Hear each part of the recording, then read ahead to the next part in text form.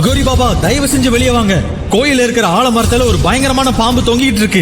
தென்காசிக்கு அருகே ஒரு மலையோர கிராமத்தில் விடாமல் பெய்த அடைமழைக்கு பயந்து மக்கள் அனைவரும் ஊரின் நடுவில் இருக்கும் காளேஸ்வரன் கோயிலில் தஞ்சம் அடைந்தனர். அன்று நள்ளிரவு இடியுடன் ஒரு பெரிய மின்னல் அந்த ஆலமரத்தை தாக்கியது.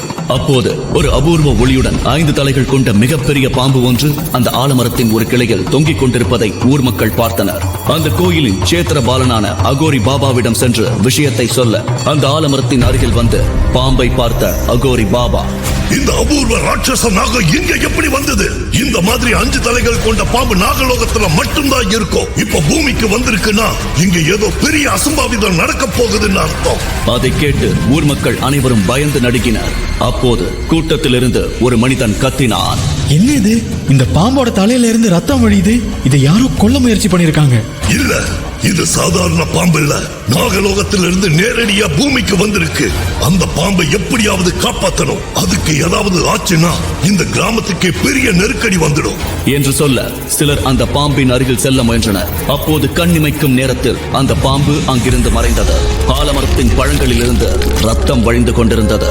ஒரு ஆள் பதட்டத்துடன் அகோரி பாபாவிடம் வந்து, பாபா பாபா, 2 வருஷமா பேச்சு மூச்சு இல்லாம ஜடமாறி கிடந்த வைத்தியர் மகன் சிவன் எந்திரிச்சு உட்கார்ந்து இருக்கான். அவன் பக்கத்துல ஒரு பெரிய 5 தலை பாம்பு படையெடுத்து நின்னுட்டு இருக்கு பாபா. என்ன, சிவன் எழுந்துட்டானா? அப்போ 2 வருஷத்துக்கு முன்னாடி சர்ப்பலோகத்துக்கு போனவன் திரும்பி வந்துட்டானா? அவன் தனியாளா வரல, அவன் கூட அவளும் சேர்ந்து வந்திருக்கா.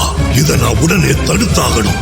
இல்லனா நம்ம ஊர் கன்னி பொண்ணுங்க எல்லாரும் நாகக்கன்னியா மாறிடுவாங்க. கோயில்ல இருந்த மகா காளேஸ்வரரோட திரிசூலத்தை சீக்கிரம் எடுத்துட்டு வாங்க. சிவன் யார்? சிவன் எப்படி சர்ப்பலோகத்தை அடைந்தார்? 2 ஆண்டுகளாக அவன் சர்ப்பலோகத்தில் என்ன செய்து கொண்டிருந்தான்? அவனுடன் வந்த அந்த அபூர்வ நாகக்கன்னி யார்?